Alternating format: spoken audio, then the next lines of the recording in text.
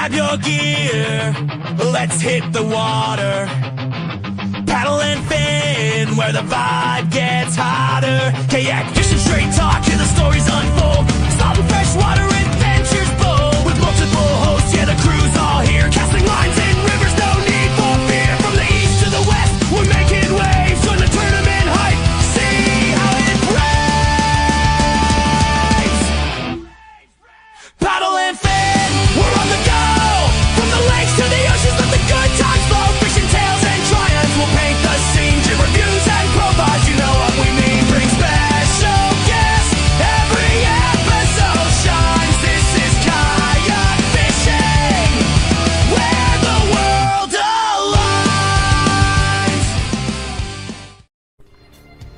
Chasing the 20-incher Susquehanna River podcast is brought to you by these great companies. Railblazer, think outside the tackle box. Kayak Cushion, for them long days on the water. Achigan brand, the official brand of smallmouth bass. Blue Mountain Outfitters, Susquehanna's local kayak shop. Ken's Jigs, need a custom jig? Don't look any further. Nico Fishing Baits, next generation of soft plastics. And Undercover Baits, get hooked on Undercover Baits. Thanks for watching and welcome to the show.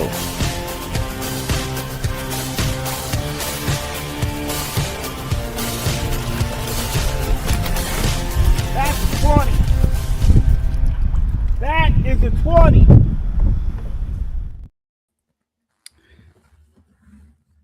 Hey, Carlo, what's up, brother? What's going on? Welcome, everyone. Chasing the 20-inchers, the Susquehanna River podcast.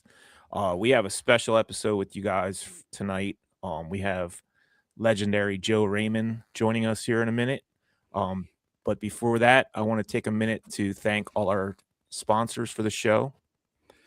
So we'll go over that real quick. Railblazer, thank you so much for sponsoring the show. Guys, check their website out. They got tons of stuff. Anything you need. As far as phone holders, like Joe Raymond needs. He needs a phone holder. So, they got all kinds of accessories, rod holders, all kinds of stuff. Over 100 SKUs on their website. So go over there and check them out. We got a code for them, 25% off. We'll flash that out through the show. Undercover Baits, a big supporter of Chasing the 20-inchers. Thanks, Randy Rosenberry, for everything you do. Make some awesome baits. We use them pretty much every time we go out. So check him out. We also have a discount code for him. Kayak Cushion. We spend lots and lots of hours in our kayak seats. And even if you're not in a kayak, these cushions are awesome for your car, for your boat, whatever. Check them out. We got a 15% off code for them. Achigan brand, the official brand of smallmouth bass. They are nice enough to let us give away a $50 gift card every month. I wanted to thank them. Ken's Jigs. You all know Ken. Ken Glassner. He makes some awesome stuff. So go check him out on Facebook. You can place your order on Facebook, or you can call 570-850-9153. Blue Mountain Outfitters, our local kayak shop here on the Susquehanna River. If you go in there and you want to buy any accessories, if you mention Chasing the 20-inchers podcast, you get a discount on all accessories. So check them out. Vicious Fishing, I got a one-time code. They make Japanese fishing lines, so 25% off your first order with Vicious Fishing. We'll flash all these up once we start the show. And Nico Fishing Baits, we got a code for them. If you want to get 10% off, we will flash them up too. So yeah, so what's going on, Sean? Not much, man. I hit the water this morning, upper Juniata, and it was high and muddy, but still managed to catch some. I know a couple of guys that were in that same area did really well. I had a shortened day because I had to get back for an appointment, but I was still able to to find some anyway. So I was Nice. happy. Still high and muddy, huh? Yeah, and it was moving pretty good. I was on my motor pretty much the whole time, just kind of keeping it up in the current. So They must be releasing a lot of water out of Raystown, I would think. yeah, I would think it was definitely moving. So There's not Randy. dangerous, but yep. What's up, Hey, Randy. Randy? We got Scotty Hepner. What's up, fellas? Jeff Riddle. Joe, you dropped your phone in the water? We'll have to talk about that when we bring Joe in here. All right. We'll get to the river levels. The river levels are brought to you by Railblazer. Think outside the tackle box. All right. So we'll jump first to the Harrisburg gauge. Harrisburg is sitting at 5.04 feet and falling. I think that should be a trend probably on most of our gauges here this evening. Yeah. Yep. It's going to be falling. Next, we have Lewisburg, West Branch, sitting at 5 feet. Also, the same kind of situation for Towanda. Towanda is dropping, but sitting at 1.87 feet. Yep. So that's the North Branch. Then we have Marietta. Marietta is sitting at 37.54 feet. And they all look the same. They're dropping. We're hoping like the next 2 weeks, because we got some big tournaments coming up, kayak tournaments. We're hoping that the water does recede a bit. I mean, it's good for motors now, but for some of our human powered people, I think it would be a struggle to be out there for 8 hours. Yeah. And we'll finish up with the Juniata Newport gauge. Newport shows also the same kind of drop, and it's sitting at 5.08 feet. I was probably about 30 minutes north of Newport today where I was fishing, and it was definitely manageable, but I would have been more comfortable had it been going a little slower. So yeah, I mean, all it takes is one bad turn, and you're fishing the bank. You're in the branches. You're in the trees. I was casting in the trees. I was just a mess this morning. So yeah. Well, there you have the river levels. They are brought to you by Railblazer. Think outside the tackle box.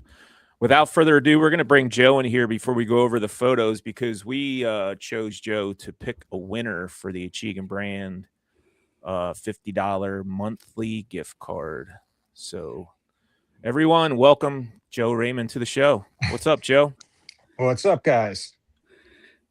Appreciate you coming on, man. Yeah, we appreciate you coming on. I know you're a busy man. No, it's all good. Like to make time. Probably just got off the water not too long ago if you had a trip today. I've been trying to take off on the weekends. I was working on a boat all day, to be honest.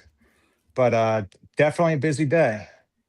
Nice. I've been digging your videos for that new Banshee, man. That thing is freaking sweet. It is.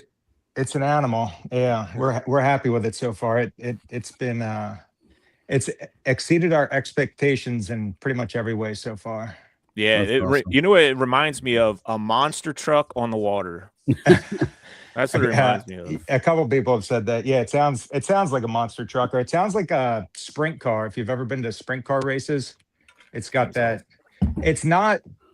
I know a lot of people that haven't seen it wonder how loud it actually is, and it's not too loud. At least when you're in the boat, I don't think it's not obnoxious. It just sounds good. I mean, it sounds like a V8. It's a straight pipe V8, but it's loud if it's loud if you're outside the boat. Yeah, we're happy with it. It looks good. It's been fishing well. Haven't had any problems with it. I think it's got 67 hours on it now. So okay, just trying to put I've been running it pretty much when I do guide. I'm running this boat. This boat, it's actually not mine. It's my business partner Andrew Zulli's boat. My boat's getting rigged right now. We're just waiting for a few things to come in yet for it. But nice. Yeah, I've been running Andrew's boat, guiding out of it pretty much for the last 2 months since we got it, water ready, and just trying to, get a feel for it and just put it to the test. And it is, I mean, it's just an animal. Yeah. Very happy with it. Well, we'll get into that. Yeah, have to get you guys out for a rip sometime. If Oh you guys, man, I'm I'd up enjoy in the shit out of that. Yeah, I'm up in Duncan, and so if you guys are up this way, you Yeah. get off the water or whatever, hit me up. And there's always Go a for a boat ramp, spin. always a boat ramp close by. We'll go for a rip. Heck yeah, Nice. that'd be awesome. Yeah. We'll get into the boat a little in a bit here. We're just gonna first we want to do these photos. Sure. Joe, we picked you to pick the winner for the Chegan brand $50 gift card. So we'll go through these photos real quick. We got probably 20 some photos to go through real quick. Okay, cool. And then we'll start talking about what you've been doing this spring and the boat and everything else. Sure. All right, we'll start off with Andrew White first. Andrew White looks like he caught a smallmouth on a fly rod. On the Awesome. fly. Yeah, that's Looks- awesome. That That's looks like awesome. a nice one. Looks Yeah, like that's a nice maybe fish. 18-incher. Yeah, nice fish. Thanks for sending that in, Andrew. Good. Yeah, good colors. All right, next we'll jump to Austin Noble. He looks like he's out on a beautiful day and has a nice smallie there. Yeah, Oh yeah. beautiful fish. Yeah, nice one. And then we have Brent Roth. Brent Roth with a largie. That's a good largemouth. Yeah, Heck yeah, that's 20 Yeah, plus incher right I there. would think so. Yeah. I messaged back and forth with him a fair amount on Messenger. I would be willing to bet he caught that on a high-end combo. Is he down in the bay or where's he fishing there? Do you know? It's funny. You show me these pictures and I look at the fish, but then I also am looking at what's behind them. Like Yeah. that last, I didn't Might be recognize just a that. farm pond. I didn't Yeah. recognize the dam that guy was at, but yeah, that might be a farm pond. That's a nice fish. I bet, yeah. I bet he caught that on a $1,000 combo. Oh wow. Not that it I bet matters. that was fun. Yeah. All right. Next up we have Chris Frisetta. There's a nice smallie. It's another nice one. Yeah. Selfie. Yeah. Yes. People are Yeah. catching them. Nice one. All right, next we have Corey Ham, and it looks like these might be his kids. Oh, Beautiful. wow. Yeah. Yeah. The one that kid's holding. It looks huge, It- but I think even a normal size guy. That's a holding big that would fish, probably be- yeah, for sure. And Yeah, they look like they're but- having a ball, Yeah. man. Yeah, absolutely. That's cool. I like that one. All right. Next up, we have Double D Fishing. He submits a bunch to us, so that looks like a nice one. Another nice one. Looks like he's got a Helgermite sticking out of his mouth there. I can't. These I gotta pictures make these photos a little bigger when I do. Yeah, them they're in so small on my pre-production. end. Yeah, Yeah. There's nothing you can do to make them any bigger. not here. I could do it before the show, but I'm gonna start doing that to make it a little bit bigger. It's all good. I can tell it's a nice fish. Yeah. Next we have Gary Horse. Yeah. That's That's a Another big nice one. fish. Yeah, that's definitely a big one. Yeah. All right. Next up, we have Hunter Simon. That's a beautiful fish. I love the Yeah. coloration. Look on at the that fish. pattern on that. I wonder where he Yeah. caught that. The markings on that are beautiful. I wonder if that's a PA fish. Yeah, that's a beautiful fish. Yeah, if you're watching Gary, put in the comments if that's a PA fish. If it That's is, what I it's a wanted my tattoo bud. to look like, but it didn't come out that way. And then next we have Isaac Yost. And I think he That's a said handful. in the comments, he said Dude, that that was thing his is freaking fiance's- huge. Yeah, that's his fiance's PB, I think he said in the comments. Oh wow. Well, congrats. Dude, Yeah, that looks like a 6.5 pounder. that's huge. That is huge. Look at her All right. hand, the way it wraps around it. Dude, Yeah. that thing's a monster. And that kind of looks like the Susky too. I can't, the pictures are so small, I can't tell, but Yeah. Yeah, it's tough. it looks like a monster fish. Yeah. Next up is my buddy Jason Young.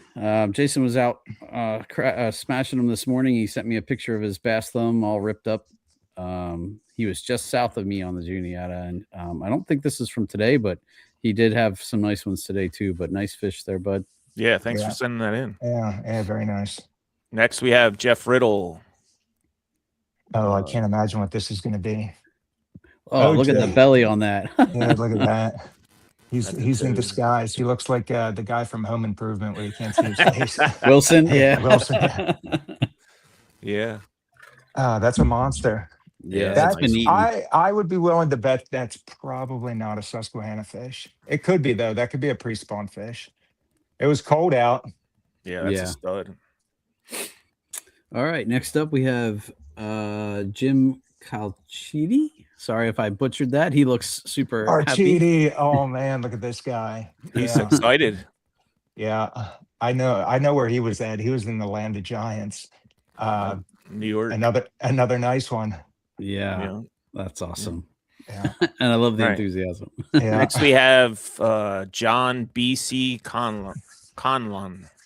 He's got the best of both. He's got a big largemouth and a big smallmouth. Yeah. Bringing the Nice. greens and the bronze. Nice picture. Thanks for sending that in, Johnny. All right, next we have Jonathan. Let me see, how do you pronounce that last name? Grauwickel. You're getting all the hard ones, Dude. Yeah. I know John. I think he fishes with me. That's Maybe a nice once or twice. fish. Yeah, it's a nice one. I don't know how to pronounce his last name either. So sorry, John. Where's all the Bob Smiths? Yeah. Yeah. Next, we have JP Poole. Yeah, JP's still getting on him. Oh, Yeah. There you go. He's always on them. yes, he is. There's big ones down his way. Yeah. He fishes the lower Susky a lot. Mm-hmm. I think he's down around Wrightsville. Yep. Yeah. He fishes my neck of the woods. Yep. Yeah. Yeah. All right. Next up, we got Kyle Johns with 4 big smallies. Oh, geez.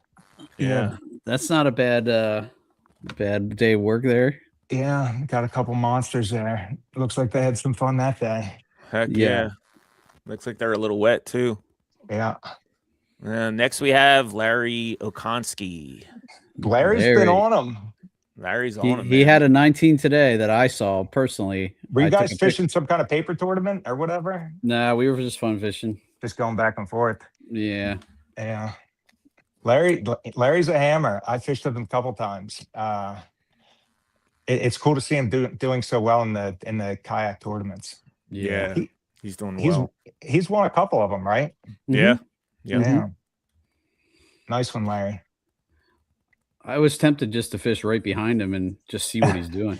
See what he's I was doing. like, I don't care if I don't catch anything. I want to learn, you know? All right. Good, Sean. All right. Next up is Lisa Lake Fishing. Another good bag there. Yeah, I think that was looks from like, SFT. The SFT tournament. Yeah. Okay. Nice. Looks like they had a decent bag. Nice Yeah. bag. Yeah. All smiles. Yeah. Nice. A Thanks lot for to sending smile. that in. Yeah, a lot to smile about that. Heck yeah.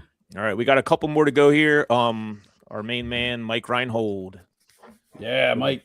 Nice Mike. smallmouth. Dude, where is that? I think he's on his trip up in New York this week. I think, if I remember reading his Facebook. Oh, now I you know know.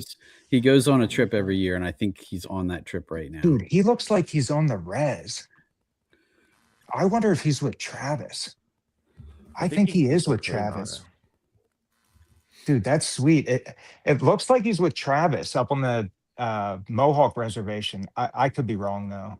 The Okay. picture needs to be a little bigger. But yeah, Yeah. nice fish. Yeah. Nice one, Mike. Yeah. All right. Next up, we have Nikki Keller. There's another tank. Yep, man. I'd be smiling too. Nikki, Yeah. thanks for sending that in. We Yeah, appreciate it. Looks like she caught it on is that a pink rod? Dylan? I was just gonna say that on a pink rod. Heck yeah. That's great. Yeah. All right, Scotty Hepner, one of our regulars that sends photos in just about every time we ask. He sends them in. That's a fish, nice Scotty. one. Yeah. Yeah. Different fish every time. Yep. That's a nice one. That's a good one.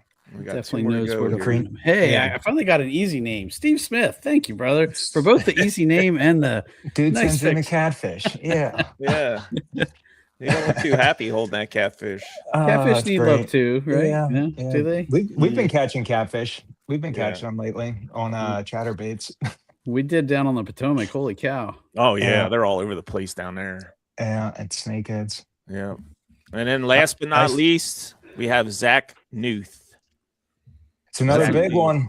Another Yeah. big one, yeah. It's a You big guys are one. finding them. That's awesome. So Yeah. happy to. Yeah. Guys, thanks for sending all them photos in. We are overwhelmed with some of the photos that we get. I'm the one that has to go and put them all on here, but the more the merrier. What do you think, Joe? Man, I don't know how all those fish were so nice. Yeah. I don't know how you pick. I would pick a tie between. This is my choice for the tie, and then you can pick the winner. This one, I kind of got to, and this one. Yeah, I mean the colors on that fish is gorgeous. That looks, I mean, that's early preseason. Look at the the leaves are just starting. That's pre-spawn. Yeah. That's great. But yeah, I mean Corey Ham. Yeah. I don't know. I mean, so what do they get? A $50 gift certificate? Yeah, to Achigan brand, the official brand of smallmouth bass. So the kids can split it. There you go. And he could buy a hat, 2 hats, one for each of them. Maybe a hat and a t-shirt. Yeah. Let them fight it out. Everybody else, I mean, all the fish were great. Yeah, all the fish were great. Yeah. I don't know how. Absolutely. I don't know how you'd be fair about that.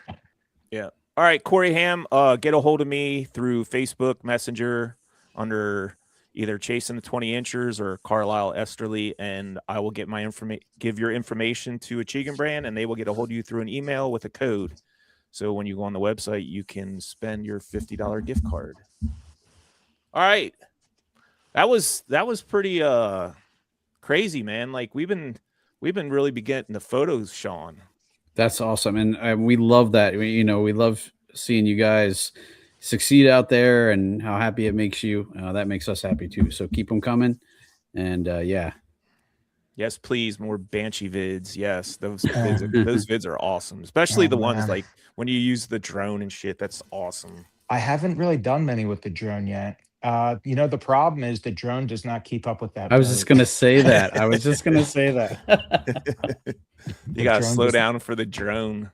I've been messing around. Andrew has a Mavic Pro 3 or whatever, and it's an awesome drone. It gets awesome footage.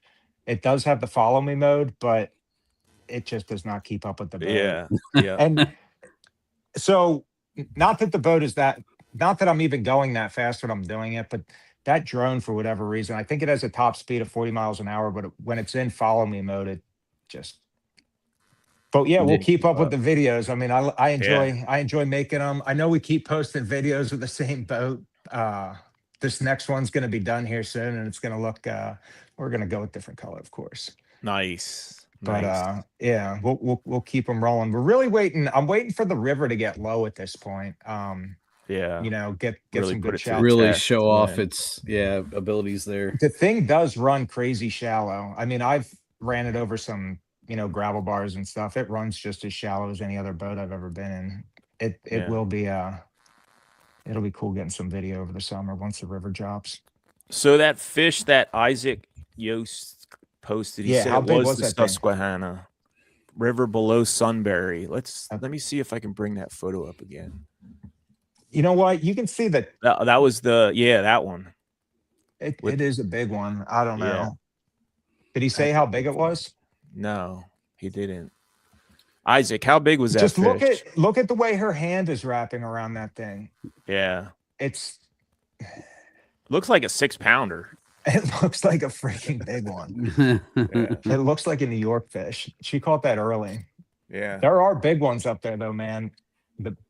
Some of the biggest fish that get caught are up that way. There's big fish all over the place though. Yeah. But I caught an 18 last weekend, and I could have swore it was close to 5 pounds. No way. It was so wide and so tall. Yeah. It was ridiculous. Probably a 4 something. Wow. But yeah, 18 inches. Yeah. That's like a Great Lakes fish. Yeah, like a goby eater. 4.98 spinnerbait on a spinning rod. No way. Wow. I bet you that was fun. No way. Dude, it's a big one. Yeah. Yeah, I bet that was fun. That's awesome. On a spinnerbait too. I mean, that's the best way to catch a hammer like that, because I'm sure that spinnerbait was never the same after that. When that fish hit it, it just went the other way right away. They always do. Yeah. Straighten those freaking things out. Yeah. Man, that's the best. So what have you been up to, Joe? I mean, besides I know a lot of people are hearing and seeing videos about this new boat and everything. But besides the boat, we'll get into the boat later on. But Yeah. what's No, been we can going talk on with about. you? I'm cool talking about fishing. I mean, if you guys want to talk about the boat, Yeah, we can talk about that. But yeah, I've been guiding, 5 days a week during the week. I've been back. I mean, I've been guiding all spring, guiding and working on the boats. I mean, the boats, it's we're in the beginning stages of this, so we're just getting everything dialed in. And I plan on guiding, full time through the rest of the year. And that's pretty much, what I've been doing. I spent, the early spring down here on the Susquehanna. Mm-hmm. It was a good spring. Um, Now, when you I say mean, yeah, early, like, I do mean, you pretty mean much from ice out as soon as it became fishable. okay? You know, I don't post a whole lot anymore. But yeah, I'm going out pretty much every day. And then you Um, go up to New York like during the spawn here, right? yeah, I went to New York for I guess 10 days this spring.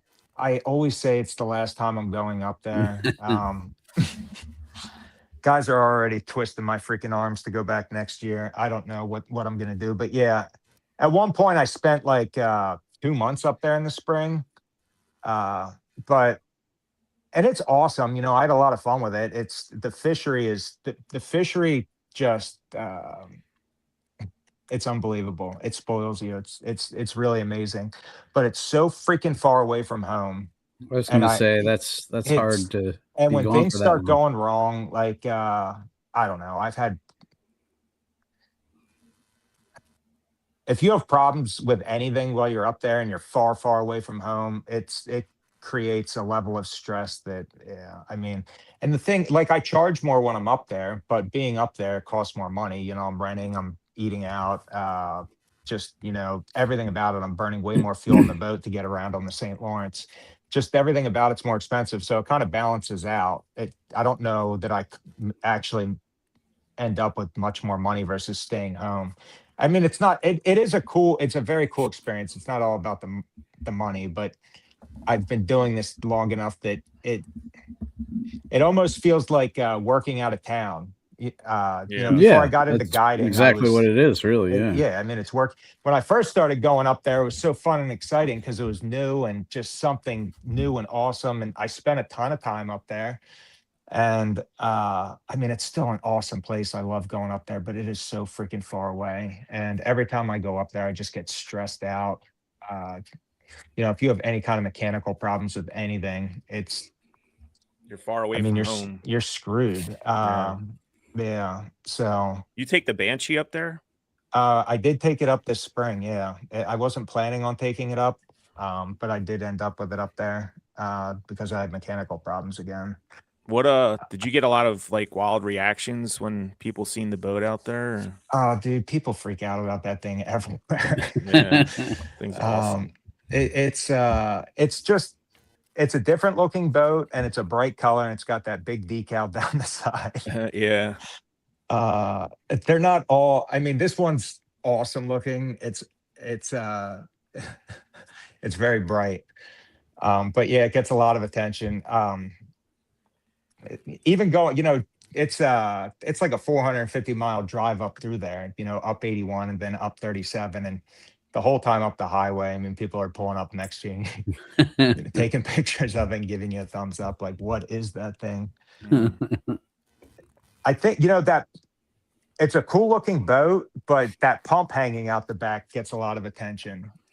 It just is so different looking. I mean, this is a different style boat than what's normally seen around here, with it having a V8 and everything like that. This is more common out in the Pacific Northwest to have maybe not a boat, a low, basically like a bass fishing boat, like our East Coast style boats. It's pretty much a blend of like this boat would be a blend of like Pacific Northwest and East Coast DNA. But it definitely gets some attention. Heck yeah. It's a machine. Yeah. But yeah, I mean, I spent 2 weeks up there and it is freaking, again, we got spoiled just by the fish.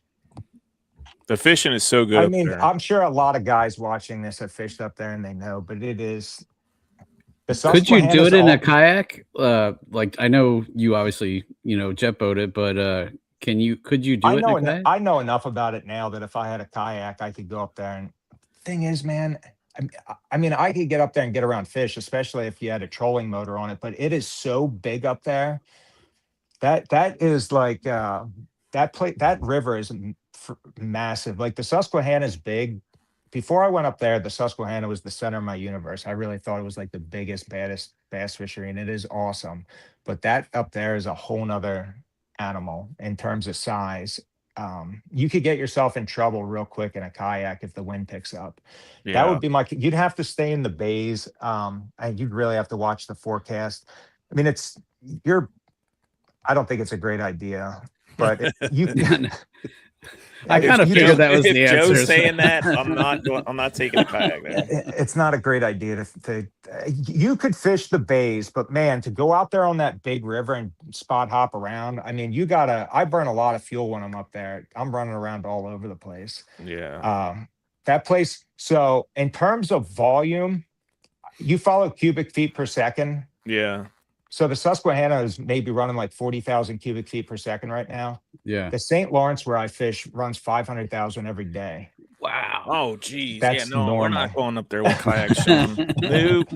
No, thank you. I mean, Our it's batteries bigger. would be burned It's- out in like 30 minutes. Well, it's bigger and it's wider. The current probably moves at about the same speed, but it's just scaled way up. I mean, it's huge. That place is Yeah. big. I mean, to go Um, from there and come back to the Susky and fish the Susky after being up there, you probably think like, wow, this is chump change compared to the flow up there, Yeah. The Susquehanna, I actually have more fun fishing on the Susquehanna because it's more like visual. The St. Lawrence has gotten to the point. I mean, in the spring, I guess I can get away with fishing without electronics just by pattern fishing and going back to spots that I knew had fish and just triangulating and get myself lined up. But other than that, I mean, you got to use electronics to really be on fish up there. And I can do it. I know how to do it, but it's not. For guiding, especially, I do not want to stand up front there and stare at that screen all day and tell people to cast like 40 feet that way and let it sink, let it sink, let it sink. It's on the bottom. The fishes come and shake it. Like, Yeah. I'm No not. doubt about it. The Susquehanna is actually a lot more fun to fish. The fish aren't as big, even though I did get my personal best out of the Susquehanna and not the Yeah. St. Lawrence. But yeah, I mean, both are cool. I'm happy to come home to the Susquehanna just because it's more visual, casting at targets and stuff that you can see. But the quality of fish from the St. Lawrence definitely it Spoils you. even the big ones down here, I don't know. They're built differently up there. Yeah, those fish up there, especially in the spring, are so freaking thick. I mean, you can catch 20 inchers that are 6 pounds, 20 inchers that are 6.5 pounds. Wow. Yeah. Wow. Just massive fish. How many 20 inchers are you up to now? One. Oh, come on. I got a lot of 19s, 19 and a half, 19 and 3/4. Yeah. But 120, and I caught that during a tournament last year on SFT Kayak Classic. Okay, yeah. I remember talking to you about that. Yeah. No 20s this year, man. Nope.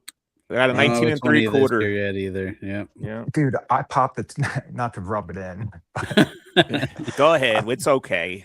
I popped the 20 and 21 and a quarter yesterday by accident.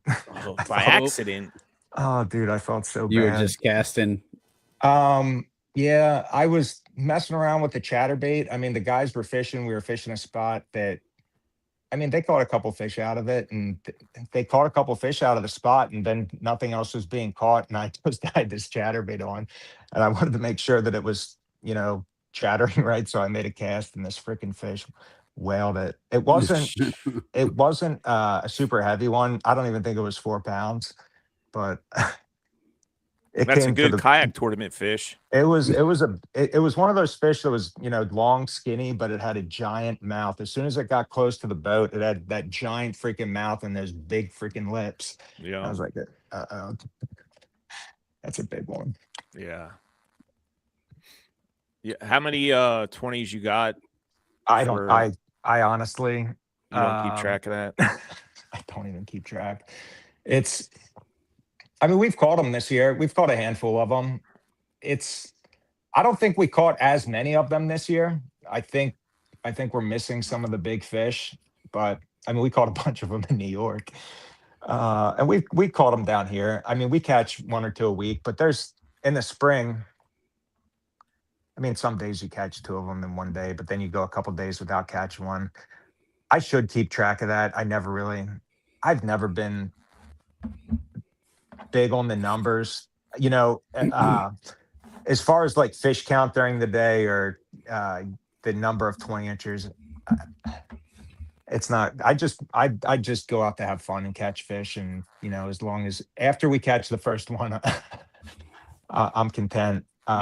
That's the most important one. But Do you usually ask people what their PB is on your way out, or just to know? yeah, or... we talk about that. I don't know. Like sometimes I feel like it's better not even talking about it unless they bring it up.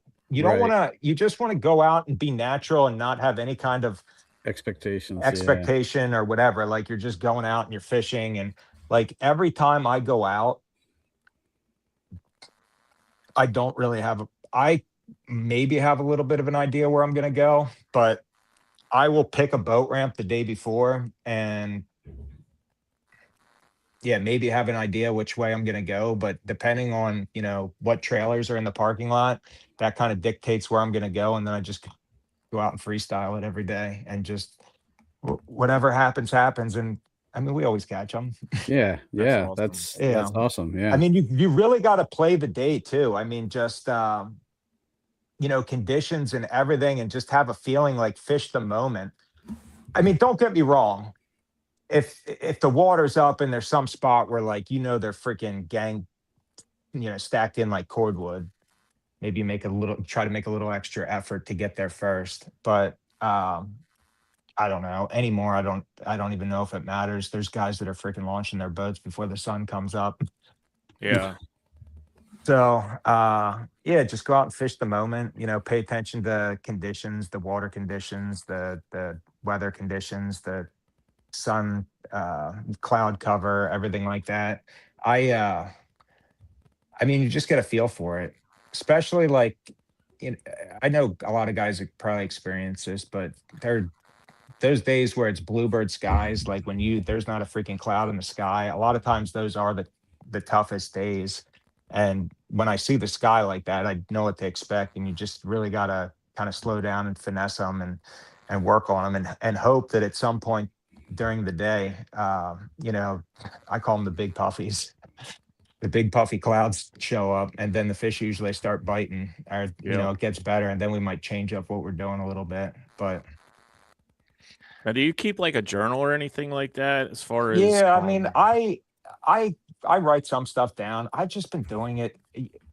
You do it so much that it's in your head. It's like yeah, you just know, I don't even look at the river. I mean, I don't look at the river gauges really, just because I'm out.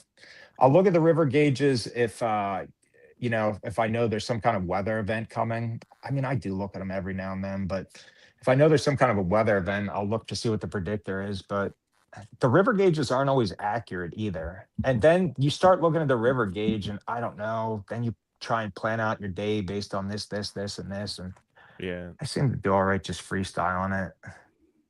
Yeah, I mean, sometimes if you plan, it screws you up, you know.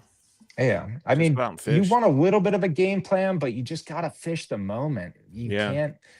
I mean, things don't. A lot of times, if you go into it with a game plan, and then if there's somebody everywhere you want to go, it's just gonna ruin your day. Here's a good question. One of our watchers is asking this, and I run into the same problem with this. He's saying, "Hey Joe, can you talk about how you fish when the wind is blowing against the river flow?" That turns it into a washing machine, that's for sure. Yeah, I always have a hard time catching them when it does that. It does get tough. I mean, if you're in a kayak, man, that's really got to be tough. If depending on how hard the wind's blowing, sometimes you have to freaking troll downriver. You know, get the boat pointed downriver. And so the cool thing about the wind sometimes is it does if the fish are being finicky, the wind can help.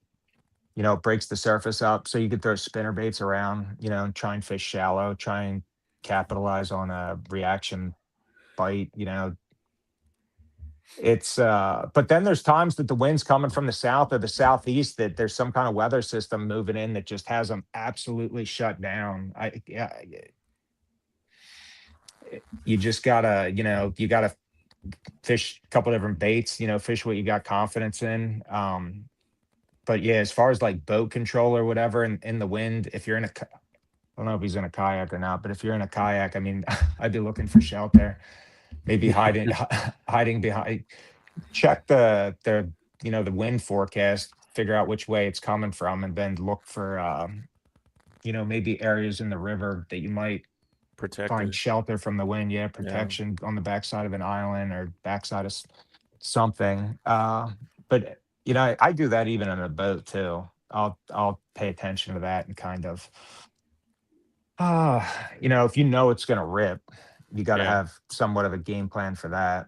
We had plenty of days this spring where the wind was ripping, and we were out there, and that's got to be tough. Yeah. It is tough as far as to try to keep your angle on where you want to cast and stuff like that, but it's not really that bad in a kayak as far as being sketchy, unless you get a little sideways and the wind starts blowing 25, 30, then it kind of feels like it wants to tip you over. But it's so weird when you're on a river and the wind's blowing opposite of the current and you're going upstream. Yeah, you're drifting upstream. Yeah.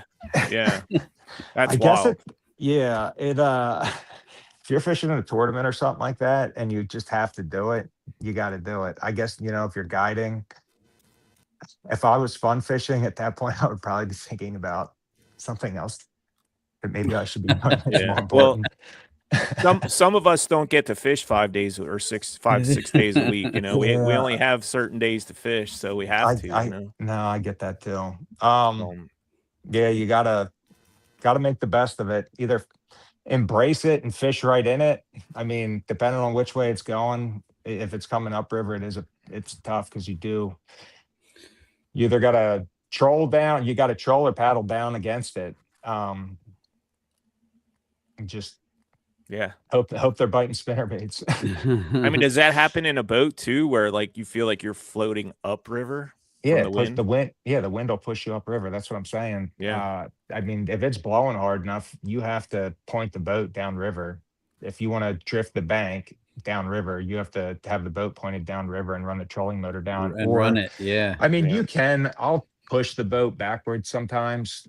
I can run the trolling motor well enough, but then if you catch a fish and you hit spot lock or whatever, then the boat's going to swing around. The wind's going to spin it around. You got to get it straightened back out again. So for the most part, if it's ripping like that, I'll just troll down river and hope they're biting spinner baits or, some kind of reaction bait, maybe even a crankbait or rattle trap, swim baits. It's tough to finesse fish in those conditions. You really got to be patient. You really got to be good. Have everything dialed in. Yeah. But I mean, sometimes depending on those freaking weather systems, if it is something coming out of the southeast and they're shut down, you might, if you're fishing in a tournament or you're really fixing to get a bite, trying to get a bite up hard, you got to start dragging something around. Yeah. Just keep your rod tip low. Do everything you can to keep your. A lot of times, if it's ripping like that, I'm sure guys do this. Just stand up and you're pointing your rod straight down at the water and you're trying to lay your line in the water versus having it blow in the wind. It's the lesser of the two evils. Yeah. Keep that bow out of it. Yeah. The current's still going to take it, but when the wind takes it, it's pulling your bait up off the bottom. Yep. So, and you can't feel anything. I mean, so that's how I would tackle that. Well, here's another question real quick. Joe, gonna try quickie style baits? The sea urchin style. You did any quickie? Oh man, I know they work, dude. I am embarrassed to say I haven't, or maybe I'm proud to say I haven't. I want have you bought any yet? Now, when I was working at the Susquehanna Fishing Tackle shows this past winter, they got, I think it was the last show I was at, they got a huge shipment of those freaking things, and guys were fighting over them. They Oh, yeah. had big ones, and they also had small ones, like something that river smallmouth would definitely eat. I know that I know they'll work. It's something. If you drop shot those little ones or something like that, I mean, they're gonna freaking, for sight fishing, over the summer. It's Top I'm probably water. spilling too many beans, but yeah, I mean, you could throw it like that dang gizmo. Yeah, that's what I'm gonna Especially do. once they start making smaller ones. I mean, I know. I hope Z-Man makes one of them. They I'm not aware of one in the works, but I'm sure they're thinking about it. If they make one out of Elastec, it's going to be pretty sweet. They got some pretty cool stuff coming. Well, I They think have some. some of them are made out of that Elastec. Yeah, they The are. Yeah, I know the ones that I got. I bought a bunch of them I prickly think that. pears, and they're pretty stretchy. Yeah, it's some kind of that elastic material. Yeah, It's a little different. I mean, Z-Man's really good with that. They're pretty much the ones that pioneered that style plastic. yeah, It's a matter of time before I know they're going to come out with something. They have some other really cool stuff coming too. Those guys, the Z-Man guys, came up and fished with us right before I went to New York this spring, and they brought some new well, basically, they wanted to do a video shoot for baits that they're going to be releasing at ICAST, and they have some stuff coming out that is freaking killer. nice. Neat. Yeah. Yeah, Hey, so the guy that asked the question with the wind, he said he's pretty much a new jet boater, and he's so far it has shut down the bite. That wind always yeah, shuts if down the it's bite. Yep. it definitely can. I've experienced that this year already too. If it's coming from the southeast, it can shut those fish down, and Yeah. there's just, you gotta just try and stay positive, and or if you really start thinking about it and there's something more important you should be doing, maybe go do that instead, and then on the Yeah. next really nice day, stay out a little extra. Maybe you can get some bonus points. Maybe you can keep some bonus minutes Yeah. if you're with the wife or whatever. Well, we got 40. We had 40 watching right now. If you guys have any questions for Joe, put them in the comments, and we'll try to get them asked as quick as possible here. You want to talk a little bit about the Banshee, and as far as if you guys got orders for some already, and you're like in full production now for that, or what's going on with that? Yeah, we have boats on order. We have a handful of them on order. We have enough on order right now to get through the year. Nice. I know my wife wants It's one.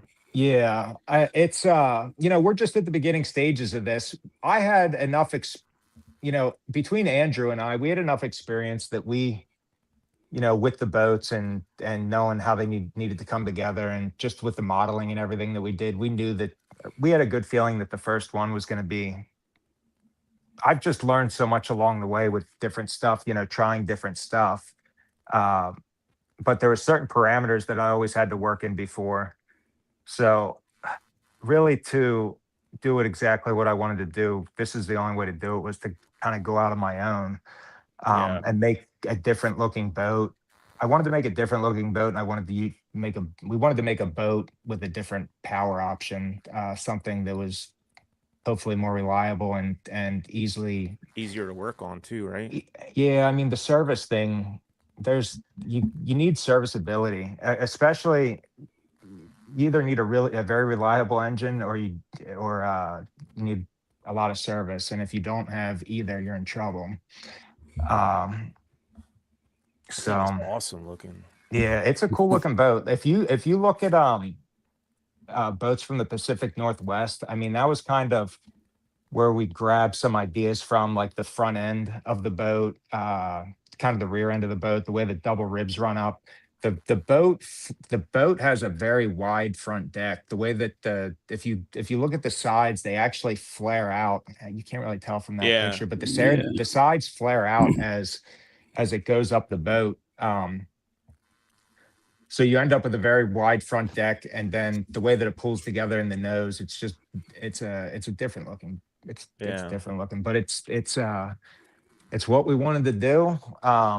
Yeah, I mean, it's going good. We're just at the beginning stages of it right now, though. So, we're working with vendors, just getting everything straight with, having different stuff made, like wiring harnesses, dash panels, fuel tanks. We're just getting all that stuff dialed in right now. We've got, we have the blue boat complete. We've got another boat, which is my boat. We've had this thing. It's been out of the fab shop for probably 3 weeks now. We're just waiting on wiring harness and dash panel for it, which is it's custom made. That'll all be dialed into the point where, we'll just stock those things once we get it all right. We have an outboard boat that is going to be, we're going to pick it up in the middle of next week, probably. We're just waiting for the axle to come in for the trailer, and it should be done. That thing's going to be really sweet. That's going to be, it's going to be a more affordable boat. It's an 18.5 foot boat. It's going to get a 150 on it. It's 60-inch bottom. So it's an 18.5 by 60. And it's going to have, it's just going to be a scaled down version of the V8 boat. Mm-hmm. It's still going to have that wide front deck, a wide long front deck for, the size of the boat, for the length and width of the bottom. It's going to be the baby Banshee. Yeah. Baby Banshee. Somebody commented and said Banshee Light. Yeah. Something like that. It'll be, and that outboard I'm going to run this summer. That's the plan. I'm gonna run that, and I'm gonna run the V8 boat, but I'm gonna work out of both of them, and just put time on them. We're building pretty much every boat. With the V8 boats, the first one we built has a Southern Jet 216 in it, which is it's a badass pump that shoots at freaking 200-foot rooster tail. Yeah, that thing's sick. Dude, that pump is. You could tear up some kayakers with that thing. Yeah, I mean, you can definitely. That's what Larry O'Konski don't give Larry any ideas. Fire hose somebody, yeah. It's. I don't think nobody's been fire hosed yet. We're try to be respectful of everybody, but yeah, if there's nobody around, I'll trim that thing up. And it is. I mean, it's not. Guys ask, is that for show or so you bought that big expensive pump to just blow that 200-foot rooster tail or whatever, and the rooster tail is cool, but that trim nozzle is functional. You can trim it if you want to jump on plane real quick, you trim that thing all the way down and you blurp it and you are on plane instantly. I mean, it's just you got to be passengers have to be holding on because it will roll you. Whoa. If you're not holding it. This thing has so much torque. Like that boat that I came from, it had a 300 horsepower engine, which sounds like a lot, but the torque rating was very low on it. The torque rating was 190 foot-pounds, which is odd for a marine engine. Usually marine engines, the torque numbers are actually higher, at least for engines that go on heavier boats. The torque numbers are usually higher than the horsepower. But with this V8, it's rated. We're not quite turning the RPMs to get the full rated horsepower, which is, I think on this engine, it's like 420.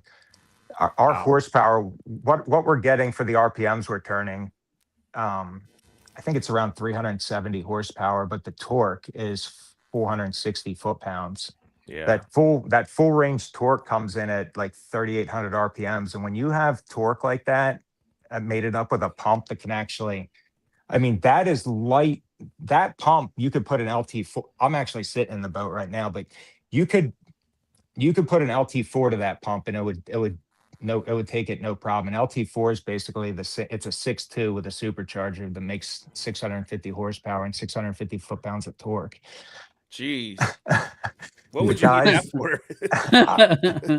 I don't Driving know. up Niagara Falls, So listen, when we first started talking about doing this, I thought we were going to build this 6.2 boat and it was going to be pretty cool.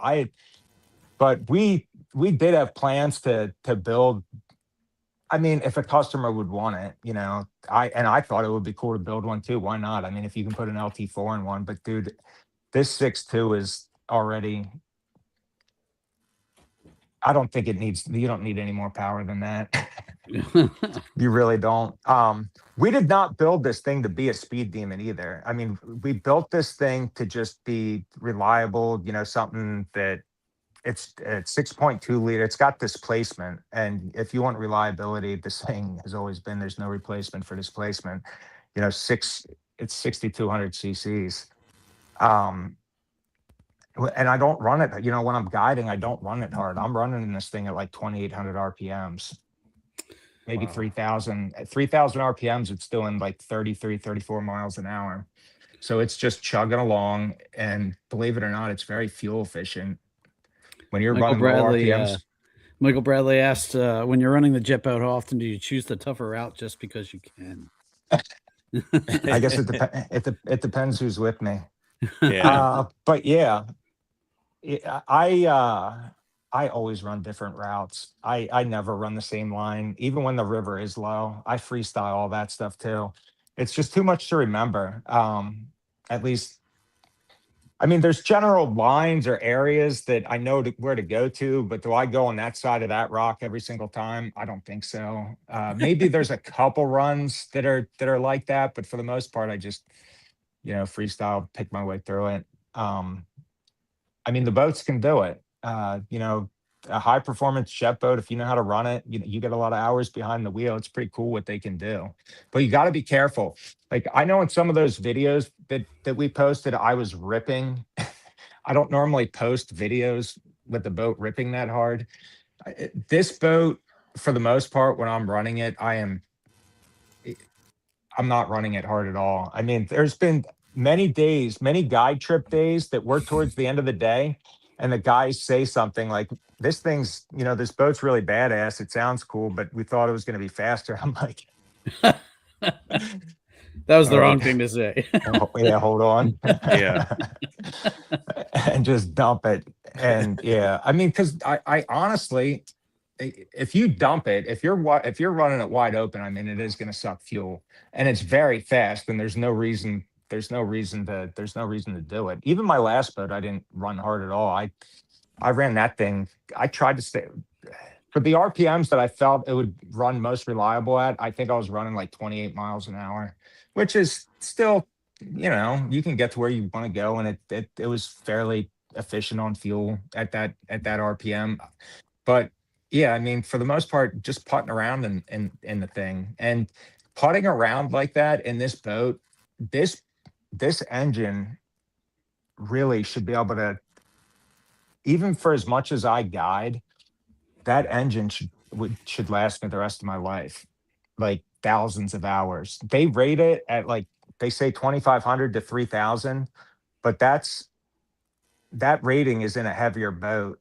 This boat with this engine, and it's probably around like 3,300 pounds. They'll put that engine and pump package in like a 5,000 pound boat, and that's where they're getting that, or even heavier. I mean, that engine will push a really freaking heavy boat. It's just, and I feel like, with these engines, these V8s, these automotive engines, I mean, you're always going to be able to find somebody that can work on it. Yeah. And if say that, something did happen down the road, in theory, the thing should run thousands of hours, but you never know about anything really, right? I mean, you're always going to be able to find a replacement engine for it.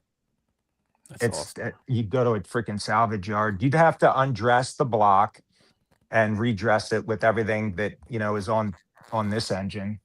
But this boat, so 20 years down the road, somebody could buy one of these things and it could get parked in a barn, whatever, who the hell knows? Somebody could stumble on this thing 20 years down the road, and you're going to be able to get it going again. It's not, I mean, some of these other things, I don't know, even 5 years down the road, is like new models come out and old ones are discontinued.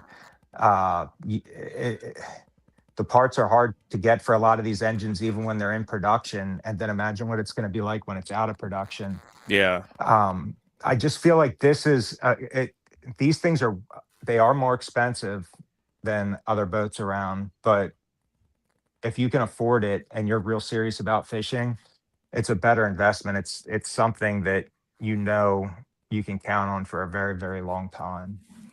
That's awesome. Michael Bradley is asking another question: Is there a big difference in fuel consumption between a jet drive and a traditional prop? Yeah, I mean, jets are always going to be a little less efficient, uh, especially outboard jets and like that. This jet in this boat probably is.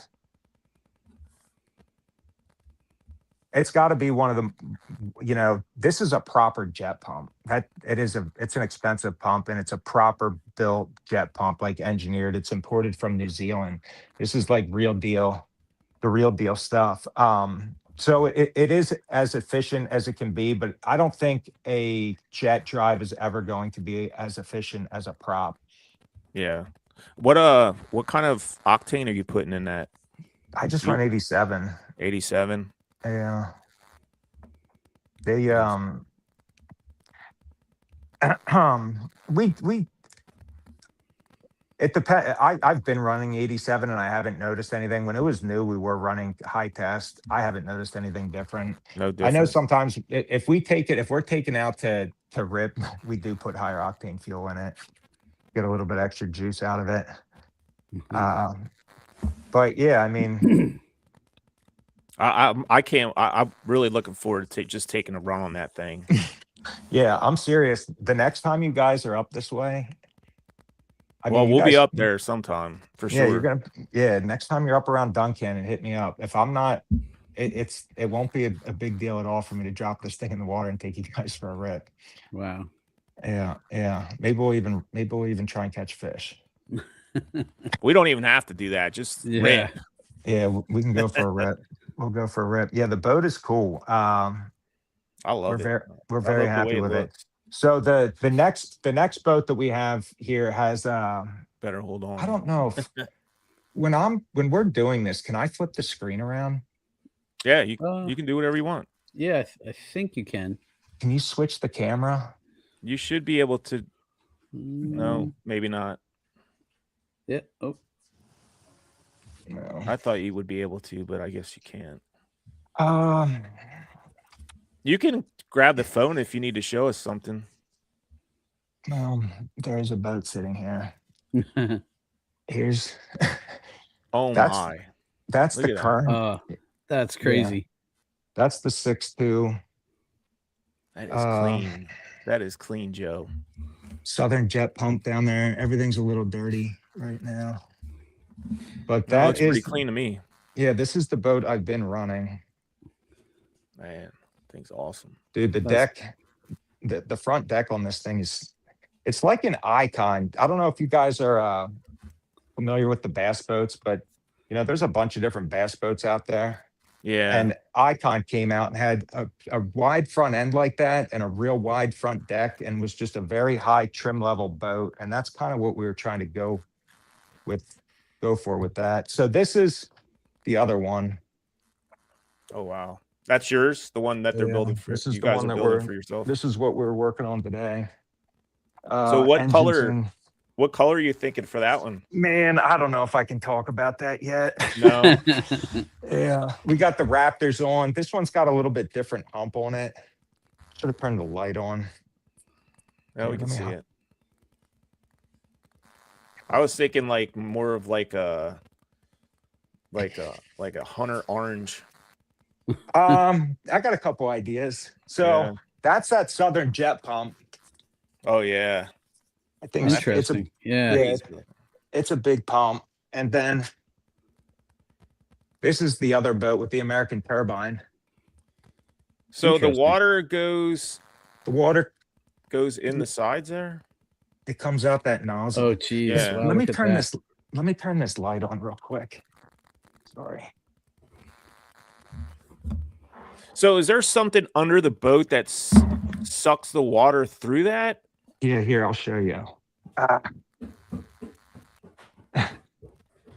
Try to show you. So there's a tunnel. Yeah. Okay, there's that intake there. Yeah. So the water gets sucked up through there. Yep. And then there's a big freaking 9-inch impeller in that. Dude, that pump. This is a pressure pump with a 9-inch impeller.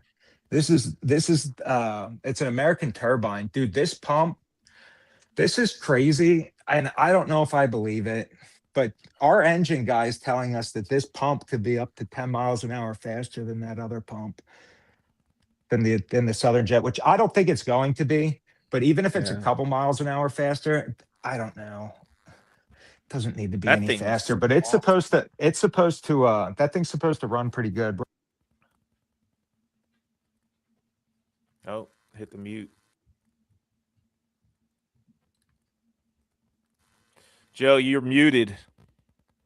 I think you hit the mute button. Sorry. There you go. There you go. Was I don't know how much Yeah, it was only for like maybe Well, 15 seconds. yeah, so that is the new one.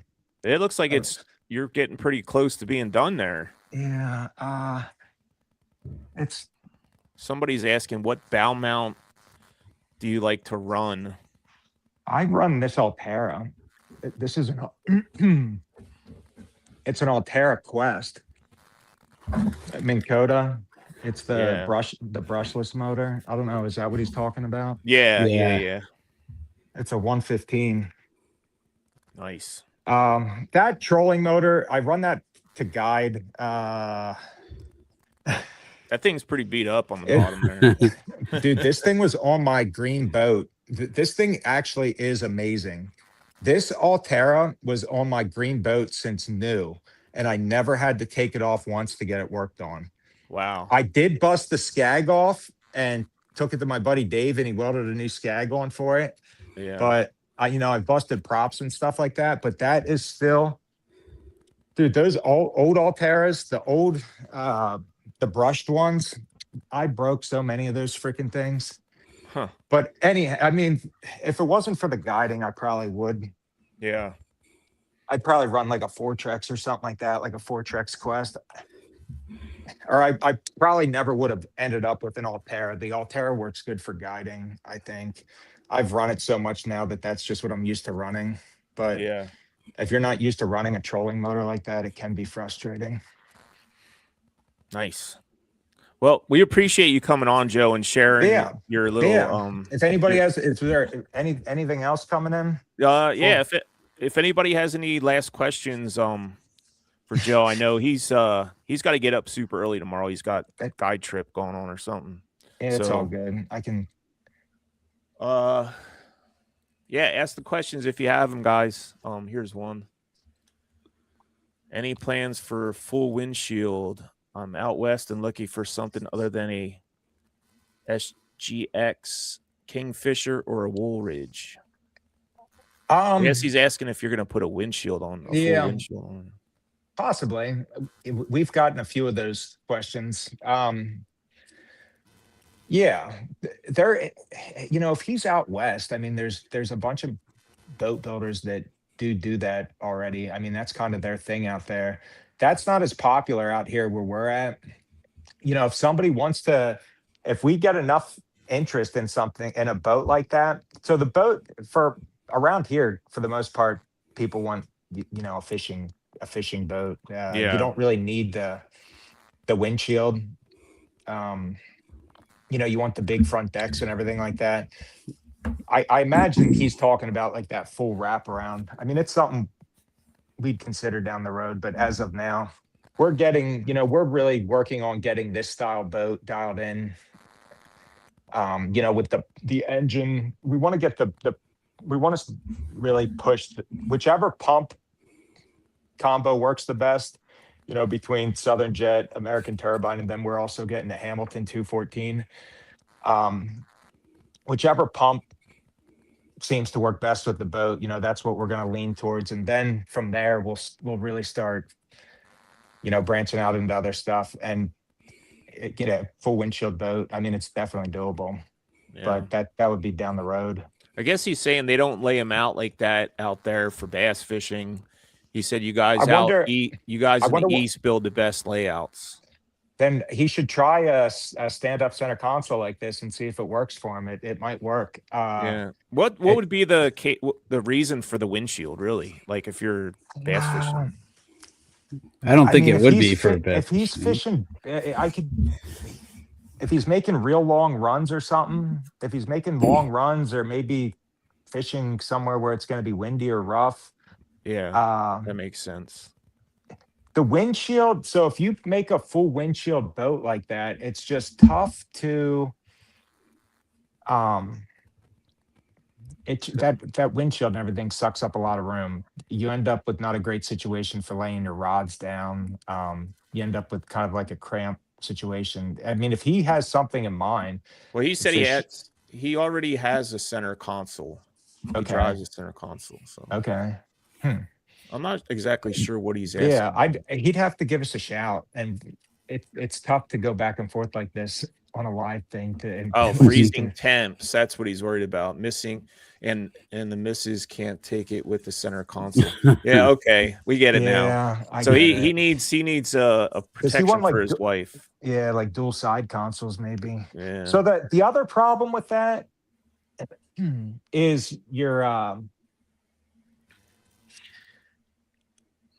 your seating position. And if you build a boat like that, you're going to be seated lower. So, and it's, when you start running that real shallow stuff like these boats are built to do, it's, you can't don't see have it as great well. line of Yeah. sight. Yeah. Yeah. We always go with these. I mean, maybe you could build like a double wide console and have something kind of wrap around with a big bench seat. Maybe that's something. Oh, gave him some ideas here. I mean, there's definitely, you start bouncing ideas around, you could build something pretty cool. Yeah. I get what he's saying. If you're going to build an expensive boat, you got to get it approved by the wifey and got to keep her happy. You got to have a nice, warm, safe place for her. Yeah. Yeah. Here's That's another something. question. Are they still putting Ford EcoBoosts in jet boats? Yeah. I've never ran one. I've talked to guys that have, and you end up in that boat again with freaking reliability problems and lack of service because it's a boosted engine. Not that many people want to work on them. It's not as easy as just taking it to some mechanic. You can take a 6.2 to just about anybody and you can figure out what's wrong with it pretty quick. When you start dealing with those boosted engines, I mean, if a mechanic's busy, has work, he's not going to want to dig into something that's a complete headache like that, that's out of his wheelhouse. When you open the hood and you see this thing, I mean, everybody that's seen it so far is like, wow, like it's easier to work on this engine in this boat versus it being in a truck or a SUV. I mean, everything is just open and it's a fairly simple engine. Yeah, I do remember you saying that before you guys even started building the thing, that you were talking about the working on the motor and basically you could take it anywhere, and because it's a 6.2 and that was one of your main reasons why you went with that engine. Yeah, I mean, if you get a check engine light, you can get it cleared anywhere. You don't have to imagine buying a boat and you get a check engine light or a maintenance light, and then you come to find out one of the only places that can reset it is the builder that sold it to you, and you have to take it back to them. Yeah. It's you don't want to deal with that. I wouldn't want to deal with that. I mean, I dealt with that when I was in New York, dealing with something that there was no service or support for, even though there was a Sea-Doo dealer nearby. They didn't have the right software to plug into the. That's got to be UCM stressful, dude. You have no idea. Like, especially being a guide and you have no idea. You have no freaking idea. Yeah, I lost years of my life with the stress, all the crap that happened. I mean, you got people relying on you. Yeah, dude, it's stressful. I mean, Now, maybe that'll go away now that you got this. I mean, hopefully. I mean, if this thing proves to be as reliable as it should be in theory, yeah, maybe I will still go to New York. I mean, not for as much time. I'm gonna be so busy back here. I mean, it's tough. If there's anybody watching, you build a monster, bro. You built the monster. Yeah, dude. There's these guys that are so freaking.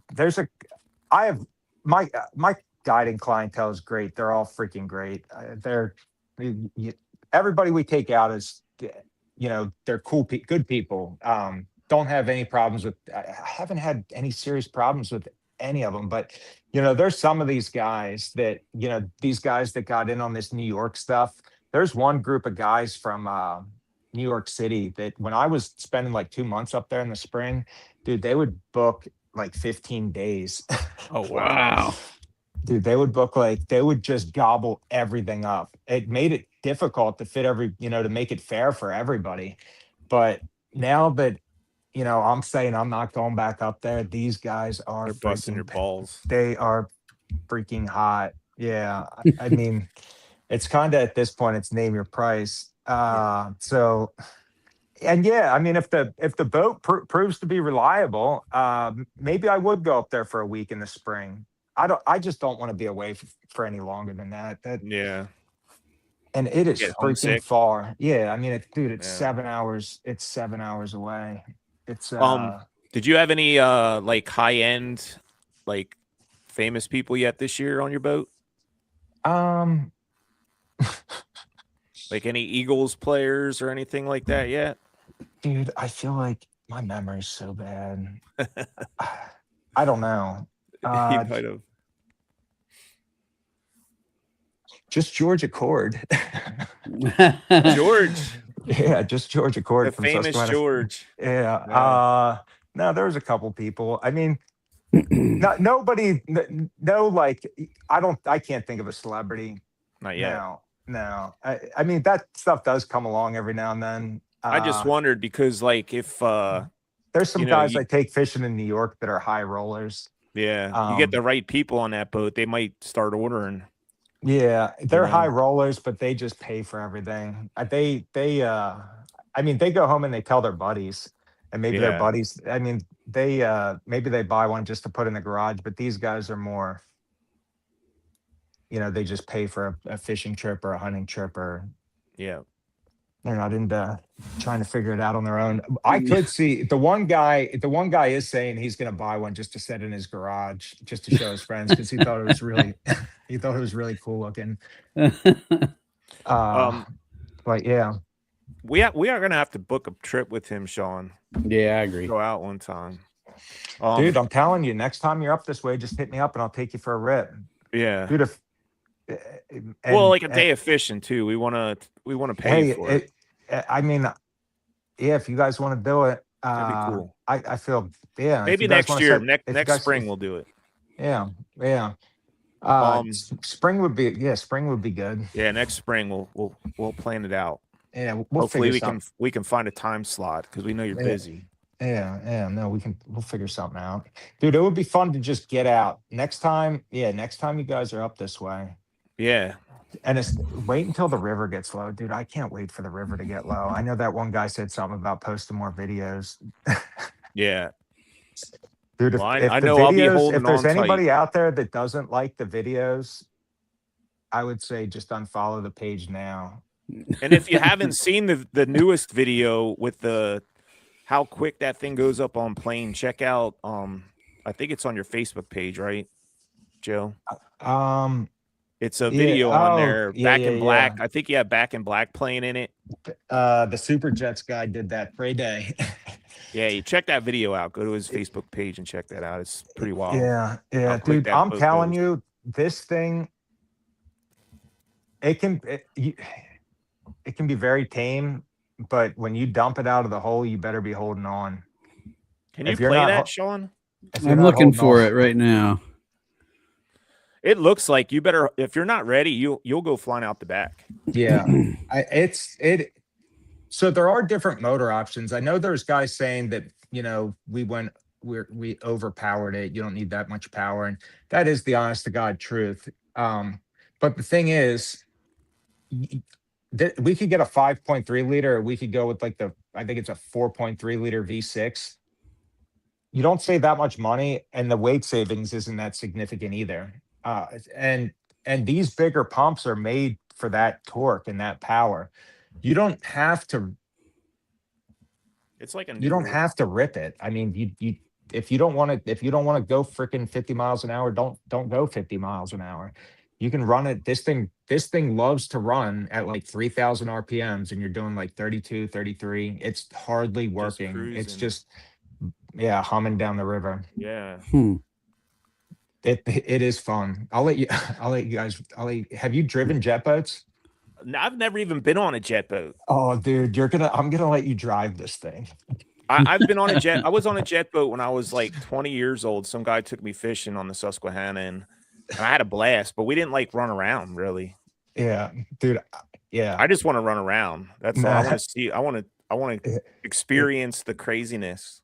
yeah. I'll let you rip it. I don't know if you want to if you've never driven a jet boat, I mean, you might as well just send it. yeah, just send it. Just go all in, dude. I'm serious. Well, Joe, we're looking forward to that time, and also we are looking forward to maybe booking a trip with you next spring. Yeah, If you have yeah. anybody you want to shout out, now would be the time. There's the video. There's some of it. It's a little bit of it. Hold on, I'm trying to make it bigger. That's an old video. That was is Chris, it? Yeah, that was Chris Math. Is that newest one on your Facebook page? The I just Super watched Jets. it this morning. Yeah, the Super Jets guy posted that. I don't know. Did he tag me in it? Yeah, I think it was on your page. Oh, I probably shared it on my story. Here, go to Super Jets. Yeah, shout out Super Jets. That guy's pretty cool for a day. Yeah, shout out to everybody that's been there along the way. I mean, we were that's the guy that runs that inflatable. Wow. Dude, There it is. Oh, there it is. I think that's it. Well, Yeah. he posted a couple of them now.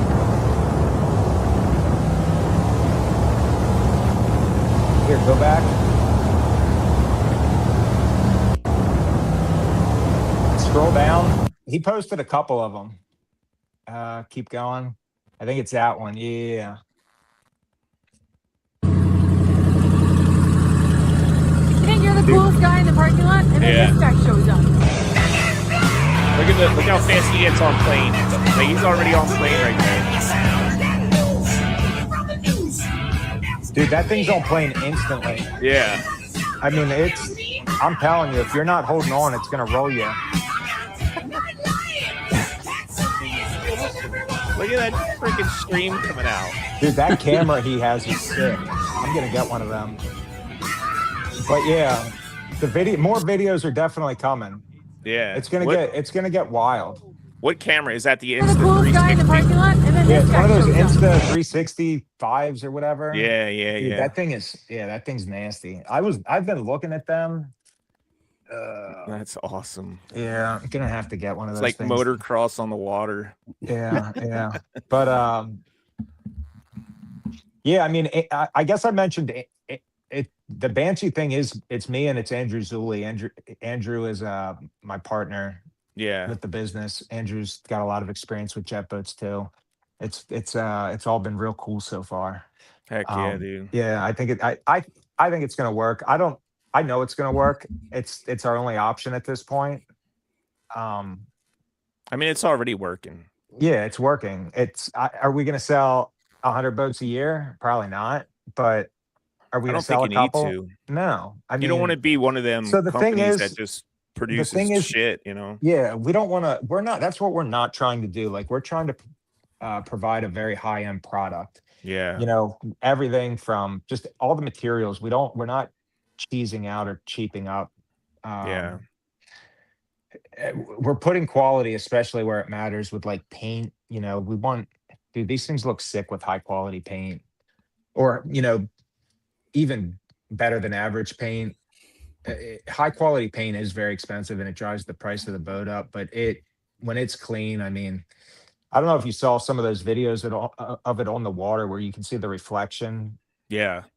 It's awesome. It just glistening off the paint. Yeah, just all it's they're high end. You have a coating on the bottom too?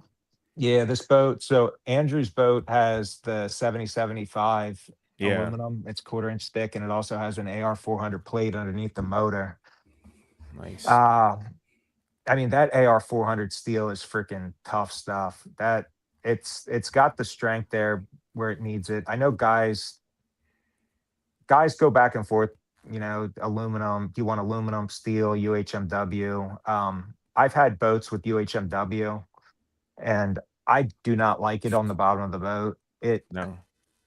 I mean, so there's different grades of UHMW also. Like all UHMW is not created equal. There's cheap UHMW, which is like regrind, like they call it non-virgin material. That's what's usually used on jet boats for whatever reason, probably because it's so cheap. But it's regrind UHMW that's basically mixed up, melted, and pressed into sheets. And that stuff, I mean, it is slick, it's slippery, and it's fairly strong. But if you start running the boat harder, running the boat often and making contact, it starts to stretch and tear. Like it'll shear off the edges, and it stretches and works its way down the hull. The other thing that UHMW does, are you familiar with what UHMW, that term? Yeah. It's ultra high molecular weight. It's like a plastic material that's a 1/2 inch thick. The other thing that it does that's goofy is, and we've learned this over time, is it goes when it goes through heat cycles, the UHMW and the aluminum don't expand and contract the same. The UHMW actually expands and contracts. It moves a lot more, and so the way that it's attached to the boat is it's attached with fasteners. So as the if you're out on a really hot day, like if the boat, I think it's the worst thing that can happen is like letting that thing sit outside in the heat of the summer. If a boat with UHMW that's screwed, put on with screws, if that UHMW gets really freaking hot over the summer, it can rip the screws. It'll pull the screws right out of the material. Yeah, and pull them out of the hull. It's crazy what'll actually happen. It doesn't make any sense, but just from seeing it happen enough, we've actually, the way we figured it out is somebody I know screwed UHMW down to some wood outside. I don't know. It was actually like a little bridge that went over a creek. I don't know why I think they screwed strips for like walking. I don't know why they used that, because UHMW is slick, but it sat out in the sun all summer. And one of the days they went up there, they noticed that the UHMW had snapped off their little bridge, and they started thinking about it. And they're like, the only thing that could have happened there is that thing, it heated up so much that it popped the freaking screws. So I don't know. That stuff just makes me nervous, especially if you install it over the winter when it's contracted the most, or if you're in a room that isn't warm, and then if it sits out in hot sun and it expands and starts popping the screws and, stretching itself off the hull. I mean, you can. Yeah, I don't like that stuff. You almost need to keep it in a climate controlled garage or something all year long. You do not want it to sit out in the sun. Even if it's covered, on blacktop, all that heat, that stuff freaking stretches big time. It's amazing. You can, this is how much it moves. So the way that you drill, like you pre-drill everything, you'll lay the sheets on the boat, pre-drill everything, take the sheets off the boat, clean everything off. If you were to move the boat from inside to outside, I've talked to people that have done this, something they had to change things around. So they go outside, they lay everything out, they put the UHMW back over top of the hull, and they go to fasten it, and none of the holes line up. Oh, wow. Wow. That's how much it moves. That probably after a while, if it could probably make the boat perform differently too. No, I don't know. I just don't like that stuff. Yeah, I know there's people that would argue with me over There's it. people that swear by that stuff. Yeah, it is cool. I mean, it definitely has some cool benefits to it. It is very slippery. It's like it helps you slide over stuff. And if you have fresh sheets, And if everything was done properly and you don't let that thing sit out in the sun, you're probably going to be all right. You just Yeah. don't want that stuff to get real hot. So anyhow, this boat has the 7075 and AR 400 steel. The reason we use the 7075 is it's super hard like steel. It's basically the hardest grade of aluminum you can get. So the problem with aluminum jet boats typically is the hulls are made out of like softer aluminum, like 5052, or a softer aluminum that, especially, so if you see a jet boat that's got ribs rolled into the bottom, you know that's soft aluminum, and it's real. If you bump against rocks, the rocks dig into the aluminum real easy because it's so soft. The 7075 is on the complete other end of that. It's as hard of aluminum as you can get, pretty much, at least without spending freaking a gazillion dollars. Even though this stuff is extremely expensive right now. I think this is getting close to $7 a pound, which is bonkers for freaking aluminum right now. But it's somewhat slick where you don't, like, if you get hung up on a rock, you can still get off of it. It's slippery, and the steel's even harder. So with the steel, you get the strength because it's AR 400 steel. It's like the same grade steel that they like jaws for freaking backhoes and stuff like that. That is AR steel. So you get all the strength, and it's also so hard that nothing digs into it. So you can, it's slick like UHMW. It's more expensive. I mean, UHMW, especially if you get non-virgin material, is just a heck of a lot cheaper. It's cheaper. It's cheaper than the alloys. And it probably is a little slicker, but we put UHMW down the side of the boat. I mean, for there, it doesn't really, I don't know. I mean, I've never had any problems with it coming off the side, which is actually surprising. Yeah, because that's getting hit by the sun when you're out there all day long. I mean, when it's in the water. You do that for reasons for hitting rocks and stuff like that? Is that why you put it on there? Yeah, I mean, if you're drifting around and it's shallow, you're around a bunch of rocks and stuff like that, instead of scratching your paint up, you're just, digging into the UHMW. The side of Andrew's boat, the first, he's watching this right now, he's probably laughing. For like the first month of us having this boat, it didn't have UHMW on the sides, and we were putting it on my old trailer that was made for my old boat. The boat didn't fit on the trailer right. Scratching it up a little bit. It scratched the boat up so bad. I mean, you couldn't get the boat on and off the trailer without the trailer scratching the sides of it. I mean, we got it fixed now. We got the plastic on the side, and we built a custom trailer for it that fits the boat, so it's all good.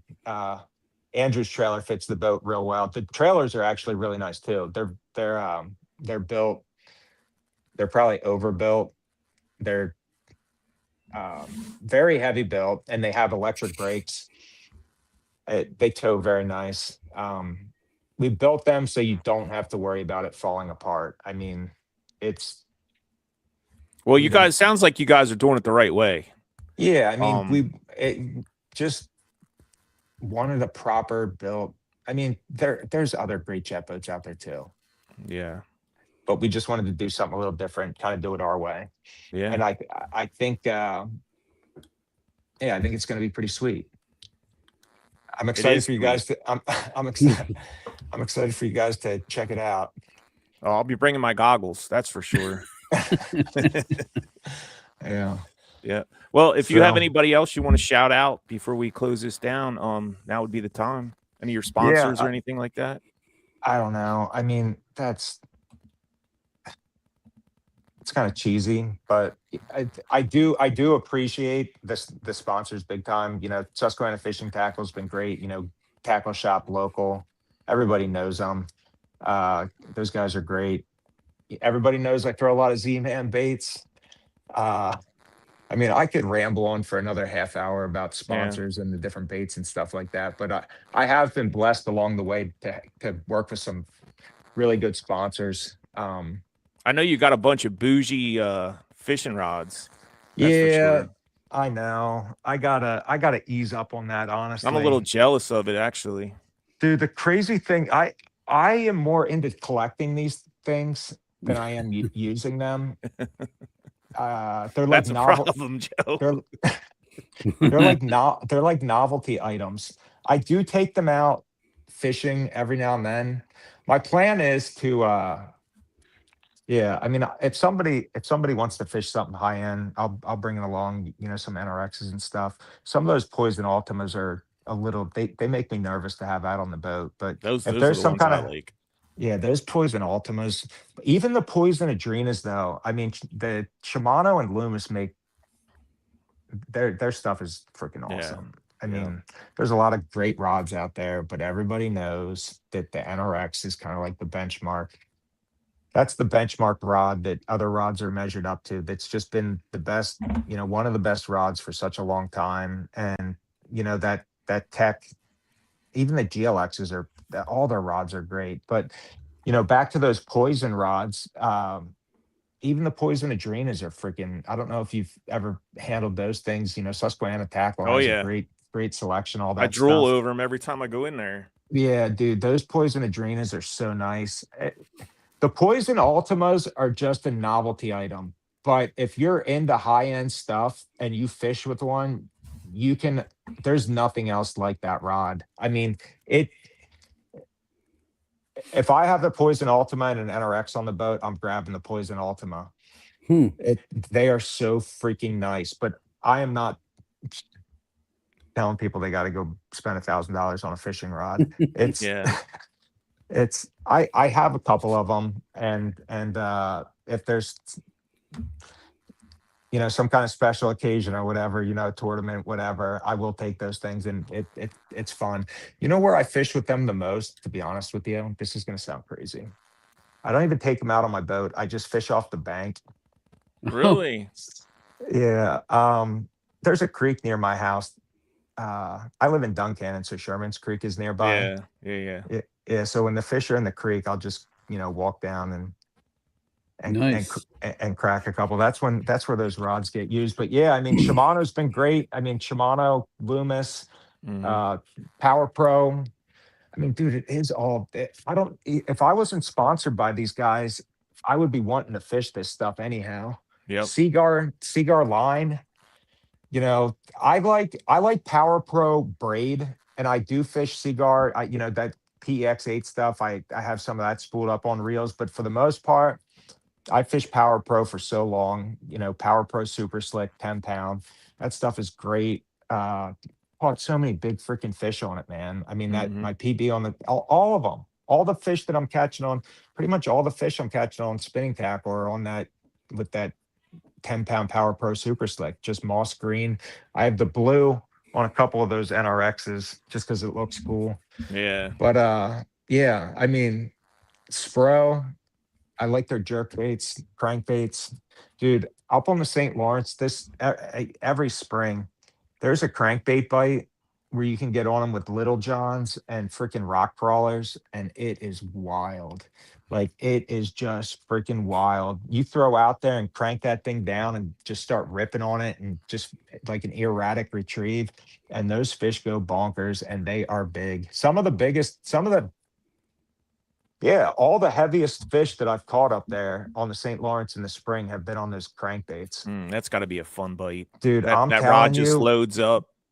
there's a Poison Adrena rod. It's a 7.2 medium heavy glass composite cranking rod that it is perfect for those rock crawlers. I have a Metanium on it, and I think it's 12-pound Seagar Tatsu line. It might be 50. I might have put 15 on this year. I can't remember. But dude, the way that thing loads up, you rip that thing almost like a jerk bait, and you go to move it again, and it just loads up. Oh my God, those fish up there. That is something. There's some really good fishing guides up there. Yeah. I mean, that if you want to treat yourselves to a really good trip, the possibility of catching a really big fish, that's the place you want to go. Well, At some point. that what the heck's his name? The guy that does the Smallmouth Crush. Yeah. He Yeah, guides. Travis guides- Manson. Yeah. Travis he guides Manson. up there full time. I'm sure his schedule is jammed. Oh yeah, He definitely get you on him. yeah. But there's a lot of good guides up there too. I guess you would have to be somewhat. If you guys want to go up there, hit me up privately, and I can recommend some guys. I mean, Travis would be a good option. I think you'd have a hard time getting in with him during the prime season, I'd imagine. I mean, some of the biggest smallmouth in the world they live up there. I'd like to have him on the show one of these weeks. Yeah, hit him up. He might be into that. I know he's a busy man though.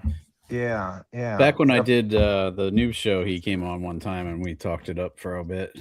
Nice. All right. Well, Joe, we appreciate you coming on tonight and spending a little time with us, talking fishing and talking tech and talking new boats and. Yeah, I appreciate you guys having me. I mean, I could ramble on about, the guide service and we'll have you on again. We'll get you on again here before the end of the year. And I guess where I was going with that is, shout out to the guys, the guys that guide with me, Yeah. I was just going to say, do you want to shout out quick how you Tom can Mills, George Dufresne, Chris McDonald, Brian Kessel, Dale, Ruthford. I mean, we got Randy's still on and off a little bit. But we got a great lineup of guides. There's a lot of great guides out on the river, but gotta give a shout out to my guys. Yeah, for sure. Yeah. If you want, just to let people know the name of your guide service and how they could book a trip with you. It's Susquehanna Smallmouth Guides. It's easy enough to find if you search Susquehanna Smallmouth Guides. Easy enough. Give me a shout. You can give me a phone call or shoot an email through our website. Shoot me a message on social media. If you're interested in the boats, it's Banshee Jet Boats. We have some stuff on our website. You can fill if you got some questions. There's a phone number there you can call, or you can for the gentleman that was asking about the full windshield boat, send an email. I would like to talk to him. I mean, I'm open to ideas. It's something different. I maybe I should have embraced that a little more, but it definitely got my wheels turning. Jeffrey Epstein Jr. That was his name.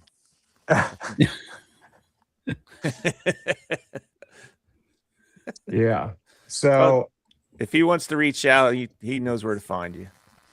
I'm sure. Is that really his name? I mean, that's his YouTube name. I don't know what his real name is. It might be. I don't know. I was thinking we were on Facebook Live. Either way, it's different. Maybe that is his real name. I don't know. That'd be interesting. It would be interesting. Yeah. Yeah. So anyhow, thanks guys. It was good hanging out. Yeah. And we'll get you on again soon, Joe, so we can talk a little more about. Next time you're up this way, hit me up. Yeah, we will definitely. That sounds like a plan. All right, cool. Yeah, guys. that guy says he'll be in touch, Joe. All right, cool. All right, brother. Ask him if that's his real name. We'll let you talk to him about that. All right, brother. Thanks, man. Right. We appreciate it. Have a good night. See you guys. You too. See See ya. you, Joe. All right. So we thank everybody for hanging in with us. Long show tonight, but lots of cool information. We look forward to learning more. I look forward to ride on that thing. Oh, yeah. Me too. If you guys are at all interested, please check out Joe, both the guiding service and Banshee Jet Boats. And anything else you wanted to add, Carlisle? I just wanted to thank everyone for watching. I know we had close to 40 live watching all night long, and thanks again to all our sponsors, and thanks to everybody that sent photos in. And if you did win, make sure you contact us. I know we had a couple winners in the past that never got a hold of me, so yeah. And keep those pictures coming. Yeah, keep them coming. Until next time, guys, we'll see you on the next Chasing the 20 Inchers. Have a good night. Thank you for tuning in to the Paddle and Fin Podcast Network.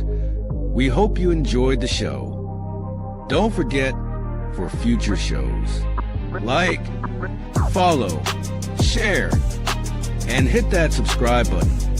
Make sure you check out our individual channels and accounts too.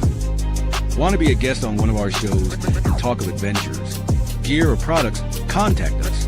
Thank you for watching The Noob Show with Matt Gibson, Chasing the Tide with Dustin Nichols, The Rusty Hook with John Rapp, The River Run with Adam Fraser Pross, May Contain Fishing with Daniel Woodcock, Chasing the 20s with Carlisle Esterly and Sean Lavery, Friday Night Bites with Brian Schiller.